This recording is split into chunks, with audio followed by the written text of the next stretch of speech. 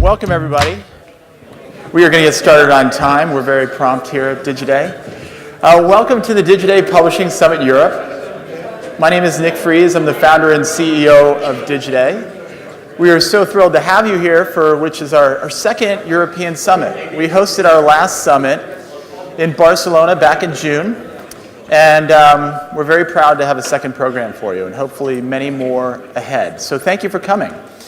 We've got a terrific program for you. So for the next 3 days, we're really going to focus in on the great transition that we're all as an industry going through as publishers. Whether it's mobile disrupting our businesses, or programmatic, or the way agencies are buying media, or the competition and the blend between who's a publisher and a platform and a brand these days, it's all very challenging. But there are a lot of challenges, a lot of opportunities that we have, and we're going to focus on those over the next 3 days. First off, I'd like to thank our speakers. We have some of the brightest minds in publishing who are with us this week, so thank you for your time and your efforts for being here. We look forward to getting keen insights from you. And I also want to thank the Digiday team who's worked so hard to put this event together. It's taken months to put this agenda together and bring everybody together, so thank you, Digiday team.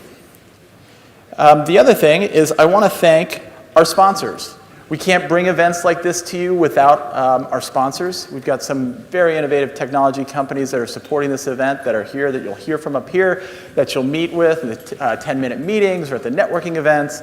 So thank you so much, and thank you to the AOP, to Tim, and Zoe, who have supported us from the start. We've got a great partnership with them, and so we're so grateful for all that they do to bring this together. So who's here? So we have some of the biggest names in publishing that are with us this week. You can see some of the brands all throughout Europe and the UK, even in the Americas, that are here for the Digiday Summit experience. Now, how many have been to a Digiday Summit before, by raise of hands? Oh, good. So about half the room. Terrific. So when you come to a conference like this, you know, yes, sure, it's wonderful to be in Monaco, but why do we come here? We come here to create change in our organizations. We want to create change for ourselves and our careers. So we're going to focus in on 3 areas to help you create change for your organization. Number 1 is the content that we present, and the insights that you'll get and the knowledge that you'll get from the conversations that will happen up here and also out there, again, to change your business. The second promise that we make is the great networking opportunities that you're going to have here. I mean, that's one of the best things about these summits and these formats, is you're going to meet terrific people that are highly influential. You're going to have 3 days to spend time together. This becomes its own community. It's really amazing when you get this many people together for 3 days in this industry, what kind of change can happen. So the networking is going to be very powerful. So you've got half of your time is going to be spent in sessions, and then the other half of your time is going to be spent networking. And then lastly is the experience.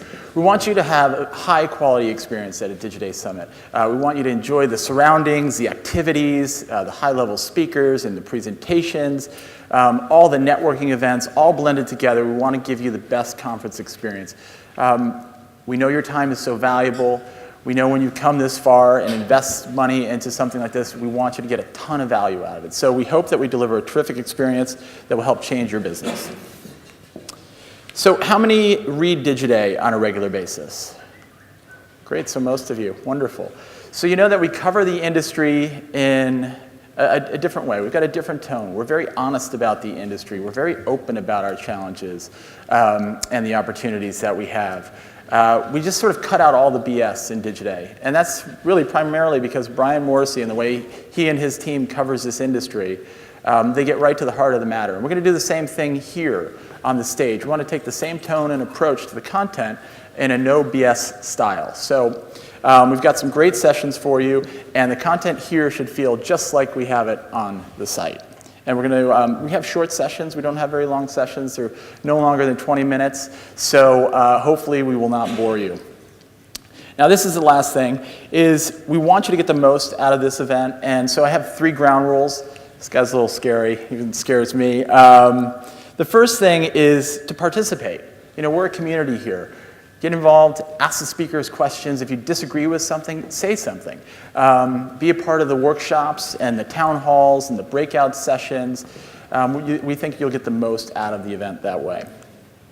And then also be present. So, put your iPhones away, tablets away, computers away if you can. We think you'll get a heck of a lot more out of this if you do that.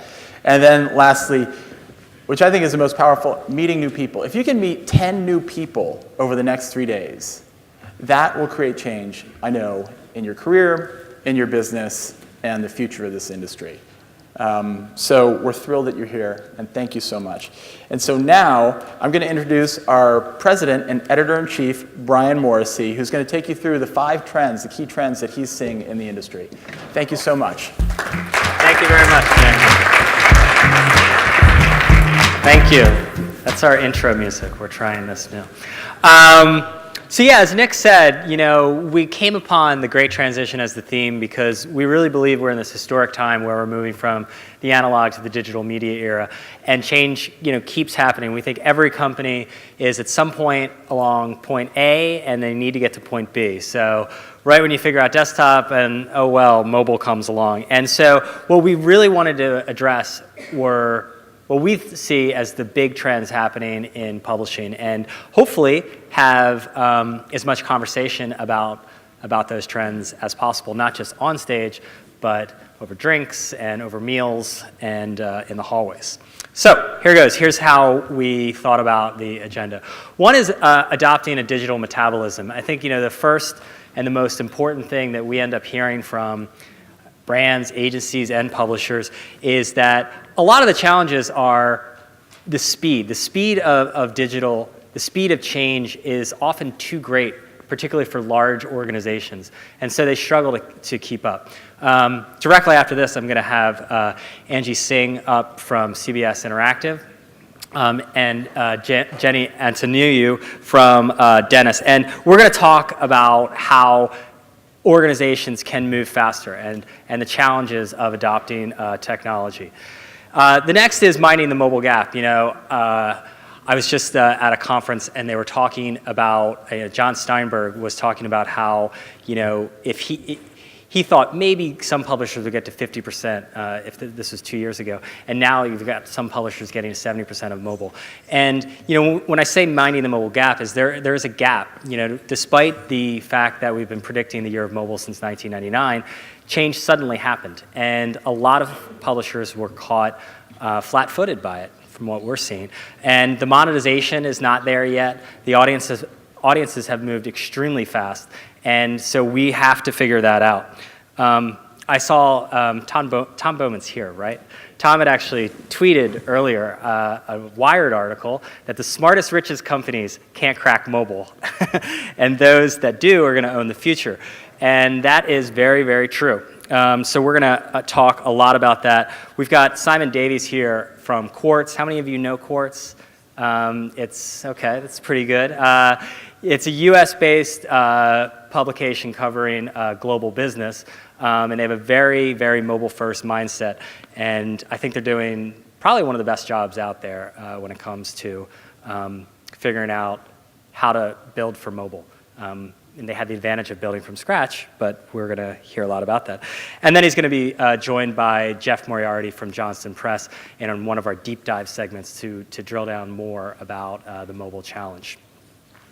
The next one is man and machines. Programmatic is going to be, I think it was in the US, it was the Advertiser Association's Word of the Year.